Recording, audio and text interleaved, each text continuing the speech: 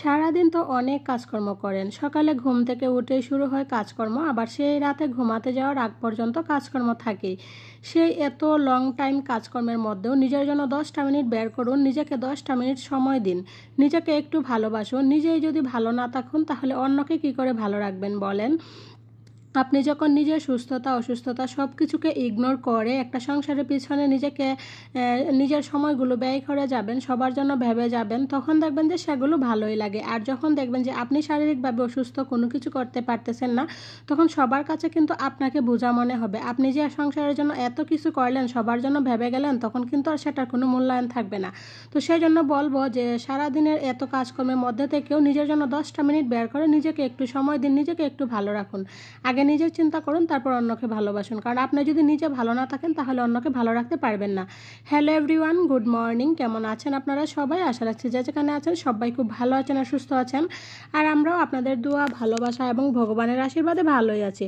প্রত্যেক দিনের মতো আজকেও চলে আসলাম নতুন আরেকটি ভিডিও নিয়ে আপনাদের সবার মাঝে। আশা রাখছি একটু হলেও ভালো লাগবে।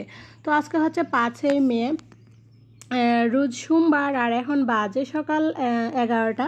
তো এখন থেকে ভিডিওটা শুরু করলাম, আর আজকে ভিডিওটা শুরু করতে অনেকটা দেরি হয়ে গেছে। আজকে সকালে কোনো কাজকর্ম আপনাদের সাথে শেয়ার করি নাই, একদম প্রত্যেক দিনের মতো সৃষ্টিকে স্কুল থেকে নিয়ে আইসা তারপর ভিডিওটা শুরু করলাম আর কি। তো স্কুল থেকে আইসা ওই যে নিজের জন্য আগে 10টা মিনিট সময় দিলাম, একটু চা খেয়ে নিলাম 10 মিনিট। এই যে সারাদিনের মধ্যে যতক্ষণ চাটা খাই, মানে চা খাইতে যতটুকু সময় লাগে সেই সময়টুকুই নিজের জন্য বের করি, আর সেটা আমার কাছে ভালোই লাগে। কারণ এত কাজকর্মের মধ্যেও যখন আপনি দেখবেন যে সারা দিনের মধ্যে কমপক্ষে 10টা মিনিট হলেও নিজের জন্য সময় বের করতে পারবেন, নিজেকে একটু সময় দিতে পারবেন, তখন দেখবেন অন্যরকম একটা ভালো লাগা কাজ করে। সারাদিন যে আপনি কাজ করেন সেই ক্লান্তিটা আপনার মধ্যে থাকবেই না। তো যাই হোক, চাটা খাইয়া ডিরেক্ট চলে আসলাম রান্নাঘরে, রান্নাবান্না বসিয়ে দিলাম, কারণ রান্নাবান্নার সময় হয়ে গেছে। যখন আমি চা খাইছি তখন প্রায় 11টা বাজে, তারপর কুটাকুটি করলাম, এবার রান্নাঘরে চলে আসলাম। তো প্রায় 12টার মতো বেজে গেছে, রান্না বসিয়ে দিলাম। একদিকে ভাত বসিয়ে দিচ্ছিলাম আর একদিকে ডিম সিদ্ধ বসিয়ে দিয়েছিলাম। তো ভাত মানে মোটামুটি হয়েই গেছে, ডিম সিদ্ধ হয়ে গেছে। তো আমি ভাবছিলাম ডিমগুলো ছুলাবো, আর এদিকে আমার 2টা লক্ষ্মী মা বলতেছে ওরা ছুলাবে, তো ওরা ডিম ছুলাইতেছে, আর এইদিকে আমি বাটাবুটিগুলো করে নিলাম। তো আজকে আলু দিয়ে ডিম দিয়ে একটা ঝোল রান্না করবো, আর এই যে মসুর ডাল দিয়ে ভর্তা করবো। মসুর ডালের ভর্তাটা আমাদের সবার কাছেই ভালো লাগে। আর আসলে বলতে পারেন যে আমাদের তো সব কিছু ভালো লাগে, ভালো লাগে নাটা কি আসলে সেটা বলা মুশকিল। কারণ আপনাদের আশীর্বাদে, ভগবানের আশীর্বাদে আমরা সব কিছুই খাইতে পারি, এমনকি সব কিছু আমাদের ভালো লাগে, এমন কিছু নাই যে না আমাদের ভালো লাগে না। তো আসলে ভালো লাগে সব কিছু সেটা বলতে পারবো, কিন্তু এটা বলতে পারবো না যে মানে কি ভালো লাগে না। তো যাই হোক, এদিকে ডিমের ঝোল ফুটে উঠছে, কয়টা কাঁচামরিচ দিয়ে দিলাম। এবার একটু শিলপাটা, জিরা, দারচিনি, এলাচ, লবঙ্গ সব কিছু বেটে নিব। বেটে নিয়ে ডিমের ঝুলে দিয়ে তারপর তরকারিটা রান্না করে নিব। তো রান্নাবান্না কমপ্লিট হয়ে গেছে, মেবি 2টার মতো বাজে, এখনও 2টা বাজে নাই, প্রায় মনে 5-6 মিনিট কম আছে। তো এর আগে রান্নাবান্না কমপ্লিট, কিচেন রুম একদম সুন্দর করে নিট অ্যান্ড ক্লিন করে ধুয়ে নিচ্ছি। আর এদিকে এই যে দেখেন ডিম, ওর বাবু কালকে রাতে 20টা ডিম আনছিল। তো সকালে আর দুপুরে মিলে 9টা ডিম খাওয়া হয়ে গেছে, 11টা ডিম আছে। আর এদিকে এই যে রাজাহাঁসের মাংসটা আমি বের করে রাখছি। সেদিন যে একটা রাজহাঁস নিয়ে আসছিল, তো সেই মাংসগুলো আসলে পিস পিস করে কাটা হয়েছিল না, একদম পরিষ্কার করে খালি 2টা টুকরা করে রাখা হয়েছিল। তো এখন আমি বের করে রাখলাম, যেহেতু ফ্রিজে রাখছিলাম আইস হয়েছিল, তো আইসগুলো ছুটলে পরে তারপর আমি পিস পিস করে মানে নিজের মন মতো অনুযায়ী কেটে নিব। তো তারপরে এই তো এদিকে ভর্তাটা এবার মেখে নিচ্ছি, মুসুর ডালের ভর্তাটা। তো শুকনো মরিচ আর পেঁয়াজ একসাথে ভেজে নিলাম, ভেজে নিয়ে তারপরে তো ভর্তাটা মেখে নিচ্ছি। আর এই ভর্তাটার মধ্যে কালো জিরা দিলে না অন্যরকম একটা ফ্লেভার আসে, অন্যরকম ভালো লাগে। তো সেই জন্য যখন আমি পেঁয়াজ বাছছিলাম তখন কয়েকটা কালো জিরাও দিয়ে দিছিলাম। তো এই তো আজকে দুপুরের সিম্পল রান্না বান্না, আলু দিয়ে ডিমের ঝোল, তারপর হচ্ছে ডাল ভর্তা, আর তার সাথে হচ্ছে ঢেঁড়স ভর্তা।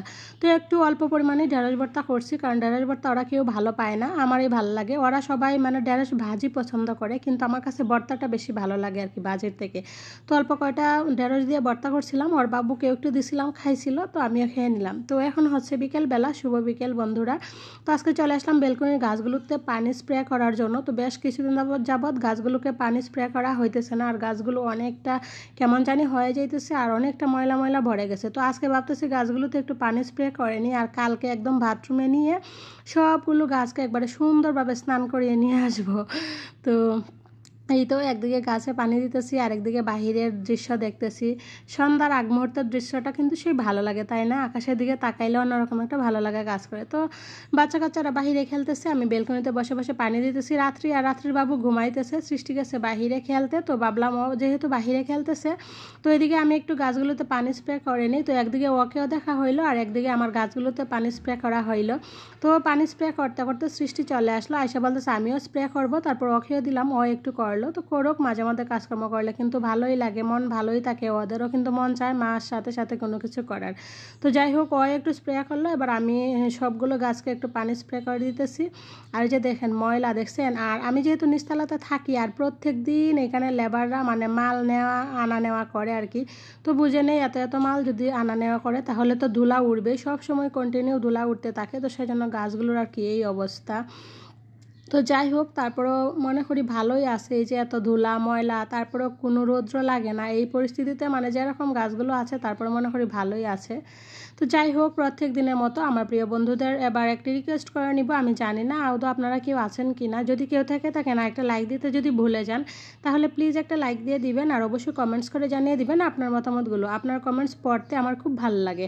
আর আপনি যদি নতুন হয়ে থাকেন, যদি ইউটিউব থেকে ভিডিওটা দেখেন অবশ্যই চ্যানেলটাকে সাবস্ক্রাইব করে রাখবেন, আর যদি ফেসবুক থেকে দেখেন তাহলে প্লিজ আইডিটাকে ফলো দিয়ে রাখবেন। আর যারা প্রতিনিয়ত এই কাজগুলো করে আমার সাথে আছেন আপনাদের সবাইকে জানাই আমার অন্তরের অন্তঃস্থল থেকে অসংখ্য অসংখ্য ভালোবাসা।